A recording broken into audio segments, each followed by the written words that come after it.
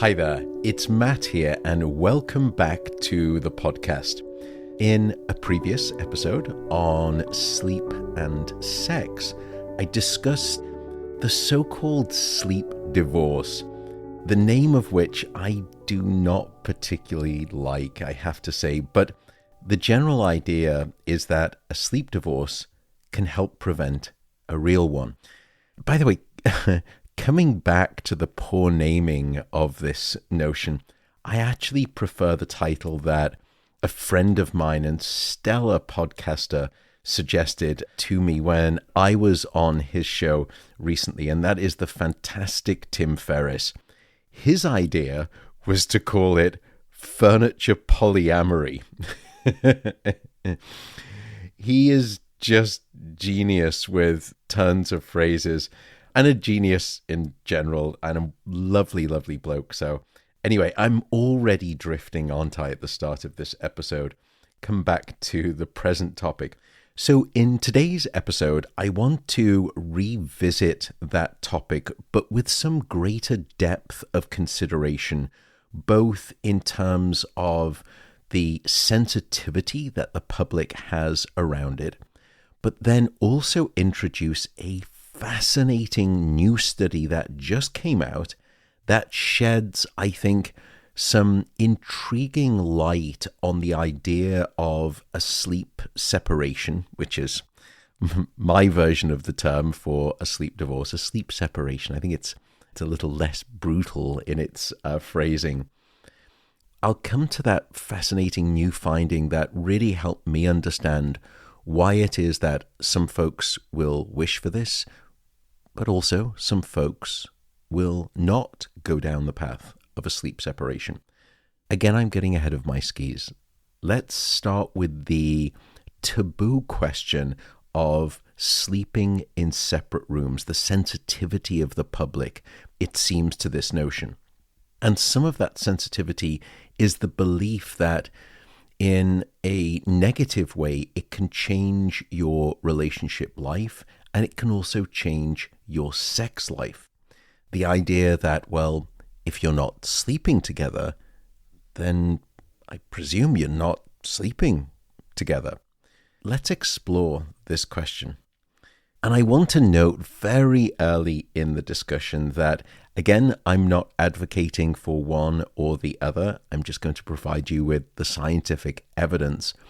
Here, when it comes to a sleep separation or a sleep divorce, there really is quite a diversity of preferences. There is no one size fits all here. But let me start with myth number one, which is that very few people actually want a sleep separation or want a sleep divorce. Not true, because we know from surveys by the National Sleep Foundation in the United States and also the Sleep Council in the United Kingdom that about 1 in 4 couples will sleep in separate rooms. That number, 1 out of every 4 couples sleep in separate rooms, which may come as a surprise to you. I think many people don't ask their friends or their family members, by the way, do you folks sleep in the same bed together, or do you? Because it's such a sensitive, taboo topic, and it shouldn't be. So just keep in mind that 1 in 4 people that you ask on average is going to, if they're honest, say, well, yeah, we actually sleep in separate rooms. But we also think that this is an underestimate due to the stigma of even admitting such a thing. And indeed, if you survey people anonymously, what you find is that as many as 1 in 3 individuals will admit to at least not waking up in the same location as their partner in the morning. Next, well, it's not really a myth, but next piece of data to consider. When we start going out into the natural habitat, into the wild, as it were, and measure the sleep of couples with, and you can measure that sleep with lots of different measures, but suffice it to say that on average, across all of those studies, no matter what measurement tool that you're using, when we assess sleep in this objective way with sleep measurement techniques, it is very clear that for most couples, which is to say on average, they do not sleep as well when they are sleeping together versus when they are sleeping apart. So objectively, on many sleep metrics in terms of the speed with which it takes you to fall asleep, the amount of time that you're awake at night, the amount or the number of awakenings that you have throughout the night, and the degree of your refreshness the following day, all of these things seem to be reduced or compromised, as it were, when sleeping together versus when sleeping apart. But here's the strange paradox in some of those couples, which is that for some of those couples, not for all of them, but for some of them, the self-perception, and again, this is not a vast number of individuals, but the self-perception is that when they are sleeping together, they at least feel more satisfied with their sleep. And it's a strange metric, isn't it? Rather than objectively, did you wake up more times? How much sleep did you think you got? How long did it take you to fall asleep? Those are more concrete. But if you ask people, how satisfied do you feel with your night of sleep when you're sleeping with your partner versus separated from your partner? There is some proportion of individuals who, despite their sleep when we measure it being objectively worse on many counts, they will still say that they feel more satisfied when they are sleeping together than when they are sleeping apart. Next myth, and this myth again contributes to the stigma, and that's the statement that I mentioned early on, that if you're not sleeping together, then your level of intimacy, your sex life must be compromised. Because if you're not sleeping together, then you're presumably not sleeping together. Those two things don't go hand in hand at all, it turns out. In fact, it seems to be the opposite is true for at least 3 reasons. Again, the opposite seems to be true for the average couple, as it were, whatever that is. Again, huge amounts of variance here, but on average, the quality of your intimacy, your physicality in the relationship, your sex life is often superior when you are sleeping in separate rooms for at least 3 reasons. First is sex hormones. Sex hormones are boosted when sleep is superior, and that includes an increase in testosterone in both men and also women. By the way, testosterone is critical for female health and sexual wellness. And in females, when they are sleeping well, the levels of estrogen are significantly higher. Indeed, if you limit a man to, a healthy young man in fact, to let's say 5 hours of sleep for 5 or 6 nights, they will have a reduced level of testosterone that is really quite significant. In fact, it would be the equivalent of taking that person and then rapidly aging them by 10 years, but here done within just 5 days on the basis of getting just 5 hours of sleep a night. For those who are struggling with sleep, one recommendation that I often provide and that I've written about in my book is meditation. Now, total transparency, I was a complete skeptic at first. I thought it was all just a little bit, but the data was really strong. So I tried it, and that was 7 years ago now. And I've since been meditating for 10 minutes before bed every night. The app that I've been using is called Calm. And I've decided to partner with them here for this podcast. And Calm have agreed to offer a full 40% off its premium subscription service to you, the listener. And if you want to get that 40% off, you can just visit calm.com/Matt Walker. And I have used my own subscription code to renew my membership. So that is calm.com/Matt Walker. And you'll get 40% off. So you can give it a try if you like. The second interesting finding that is perhaps leading to that superior sex life on average when you're sleeping separately is that women, when they are sleeping better, will report greater sensitivity of the genitals. And that is in part because of the increase in estrogen. And that increased estrogen, together with many other things, will increase vaginal lubrication. The third issue comes down to libido. And it's something that I think I may have discussed in a recent AMA. But what we've discovered is that 1 extra hour of sleep is associated with a 14% increase in the desire of a woman to be sexually intimate with her partner.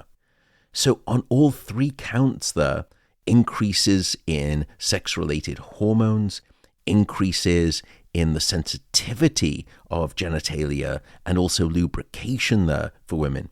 And third, the increase in libido, the physicality and the desire to be physical with your partner increases. But there's even more to the story, because sex isn't just about hormones. It's not just about the physical changes in our reproductive organs. It's also emotional. And what we find is that when couples are sleeping better, their relationships are better. And in the opposite direction, when couples are disrupted in their sleep, firstly, they will have significantly more fights in their relationship. And this is work done by the brilliant Serena Chen in my department here at UC Berkeley. Couples will have more fights when their sleep is disrupted. They do not resolve conflict as well relative to if their sleep is superior. So they can't fight well. They can't have good conflict and come out of that in a healthy manner. And third, part of the reason that they don't fight well and have more conflict is because sleep disruption decreases your empathy. So you can't empathize with your partner, which is absolutely fundamental. So, should you have a sleep divorce? Well, the answer to that question is it's personal. And it's really down to you. You don't have to feel any need to have a sleep divorce or a sleep separation.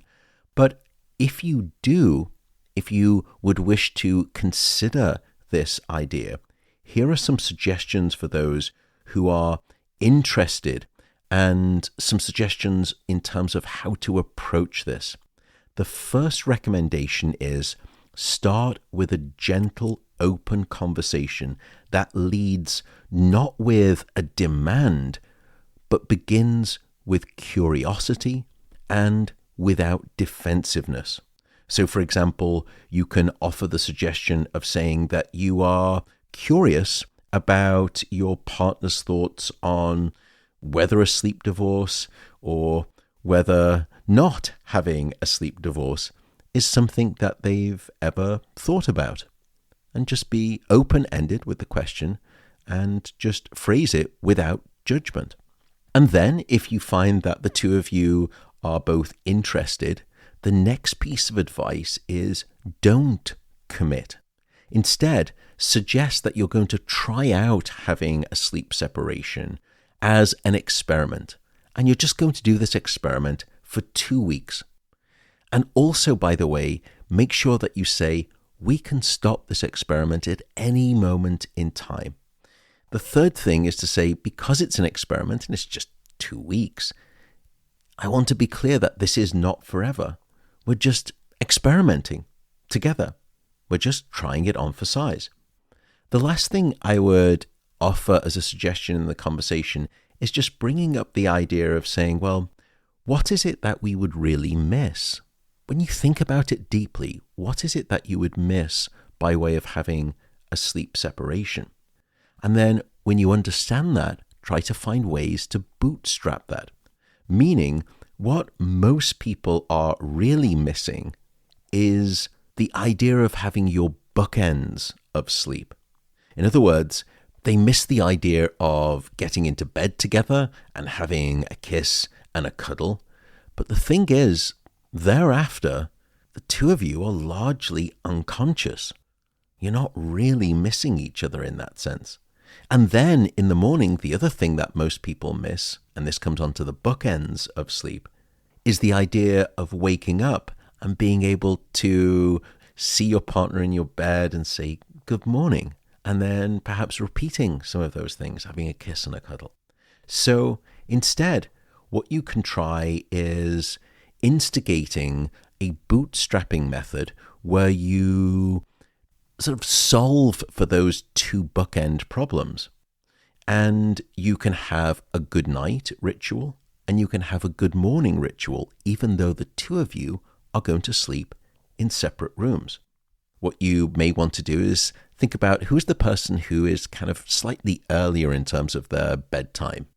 Well, they get into bed, they get ready for bed, and then they just text you. And they say, look, I'm ready for sleep. Come on in. And that person will just pop on in, and for a few minutes, they'll get under the covers, they will kiss and cuddle, and then the person who is to bed a little later will leave, and they'll go to their separate room. And then the person who got into bed first is likely going to wake up first.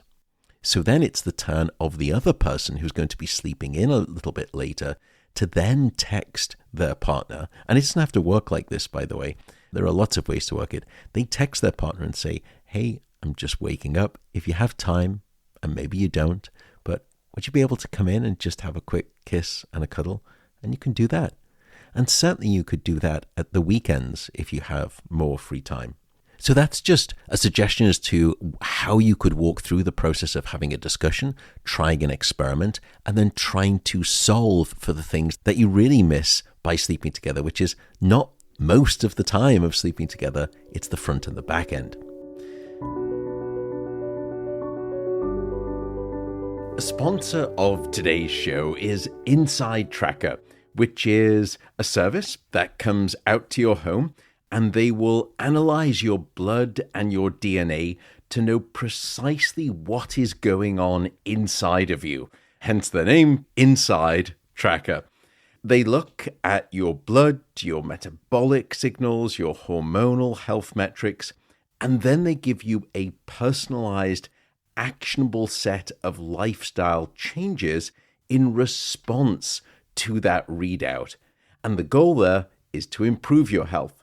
I was looking and informed they have some new cardiovascular and new hormonal biomarkers that I'm particularly interested in. One that I'm focused on is something called ApoB, which is an absolutely critical heart health measure. And I get it done now with them somewhere between 4 to 6 times a year. Why? Well, my family unfortunately has a strong history of cardiovascular disease, so I am checking that pretty ruthlessly. And by the way, I do buy the product myself out of pocket. I don't want to fall prey to any of those trappings and undue incentives. Although with full admission, I still use my own discount code that you can use to get some money off. And that code for you is insidetracker.com/Matt Walker. So just go over to insidetracker.com/Matt Walker. And again, if you want to get that discount, it is insidetracker.com/Matt Walker. Thanks very much. You may not like the sound of any of this, but perhaps you still nevertheless know in your heart of hearts that you are disturbed by your partner's sleeping habits, particularly maybe the movement of your partner in bed, the pulling of the sheets, etc. And that's where the problem lies. Well, there's an app for that. No, what I mean is that there is an idea for that too. Some people in that situation, if they don't want to sleep in separate rooms, will opt for something called the Scandinavian method, which, trust me, it sounds much more salacious than it actually is.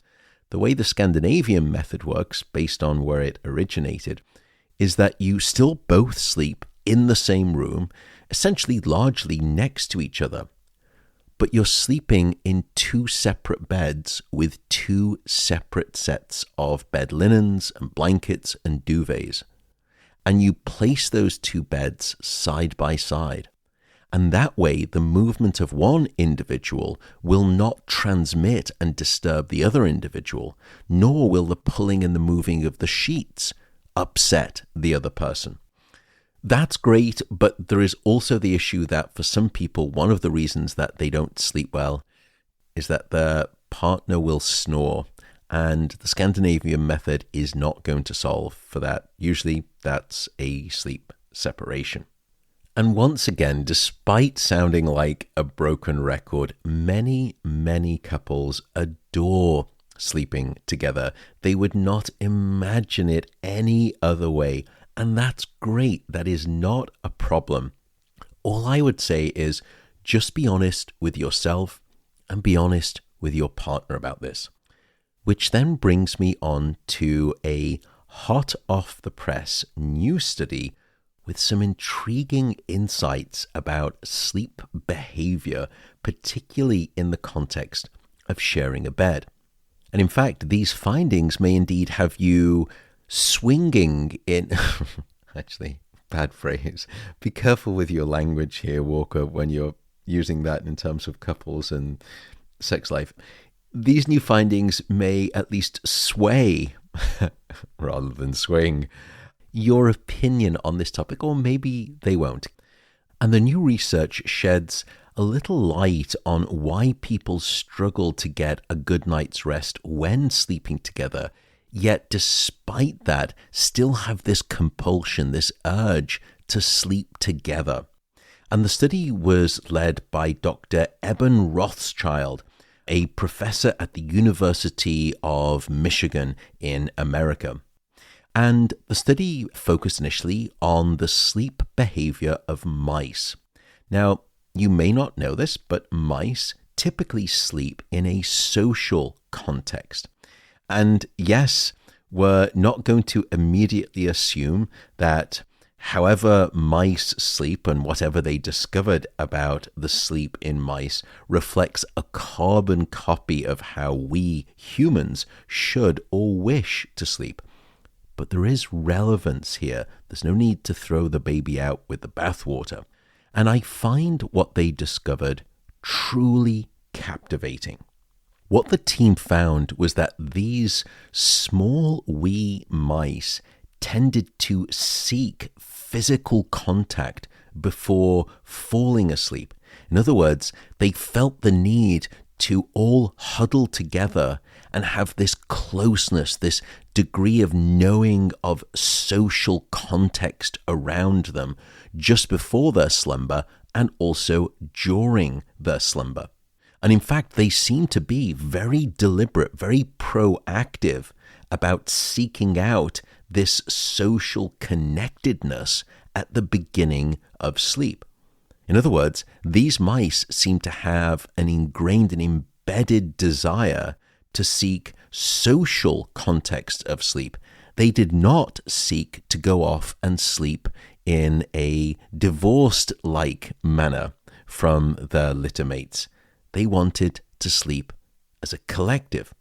And this behavior, and we have a term for it, is called somato longing.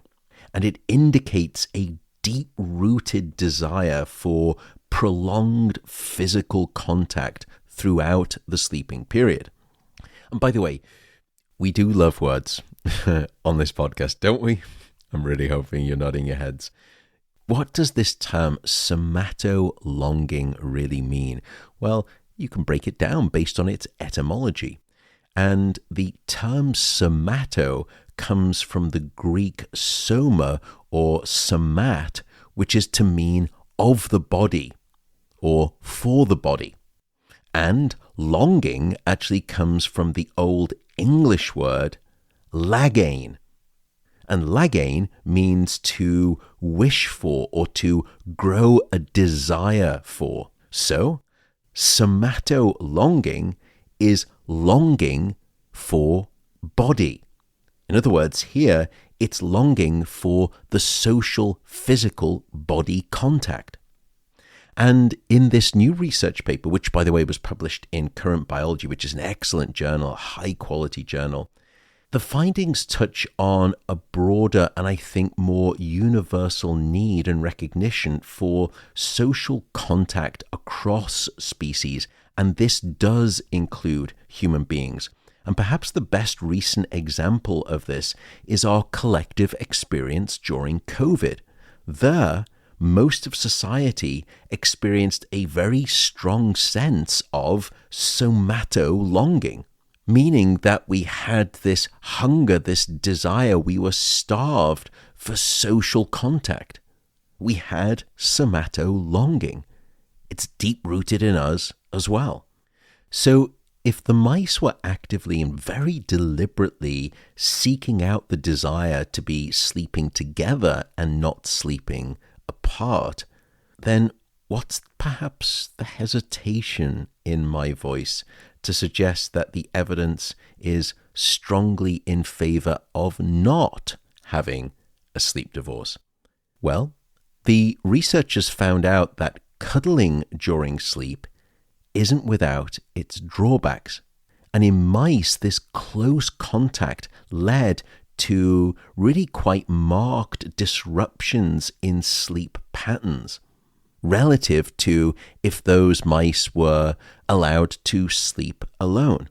And in fact, when they looked at the data and they were measuring sleep objectively with really quite precise levels, it was very clear that this sense of somatolonging and this desire and enactment of sleeping socially, sleeping together, came at a data-proven cost of worse sleep, not better sleep.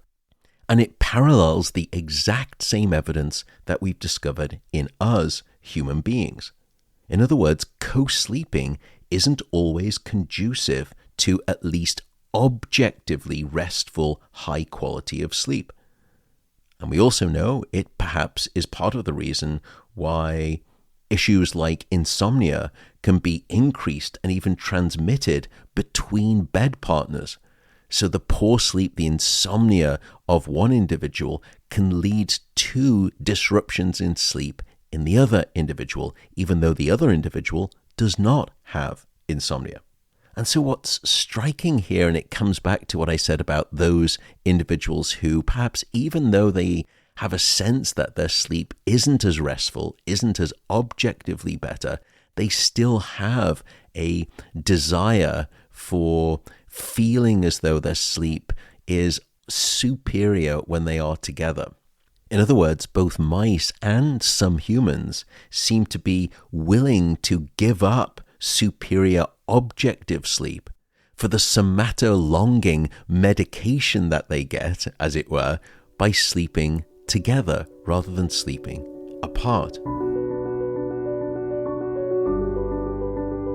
A supporter of today's podcast is a comprehensive nutritional drink that I'm sure you've heard of, and one that I've genuinely been using for almost, 4 years to date, and I continue to use it. That is AG1. AG1, if you don't know, it's a nutritional supplement, and for me, I put it in my shakes that I make, my post-workout shakes, and it contains over 75 different minerals, vitamins, probiotic, prebiotics, you name it, and you consume it every day. By the way, for the record, I do buy my own. I hope that that's a testament, the fact that I'm using it, but also I just don't want to fall into any of the trappings of free product.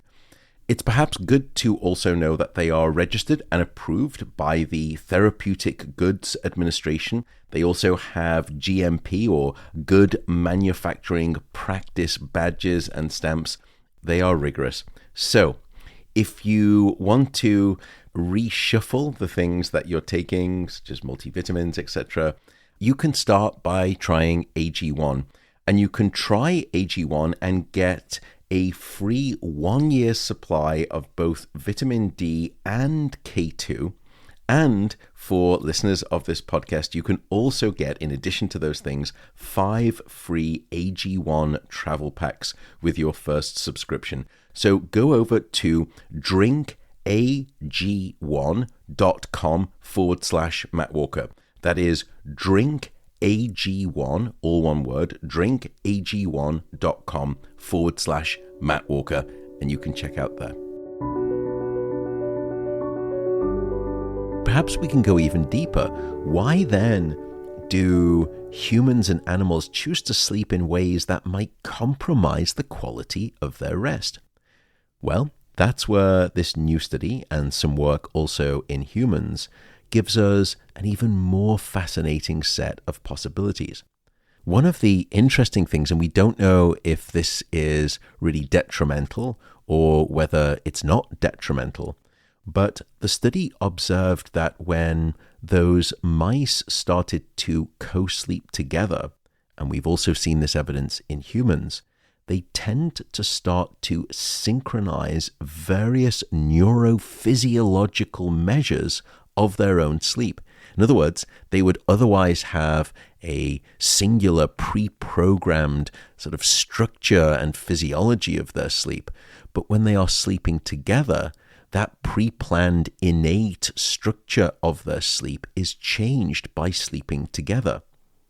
And when you start sharing a bed with a partner, or here, if you're a mouse, when you start nest sharing together, first you start to synchronize the timing of your sleep when you want to go to sleep.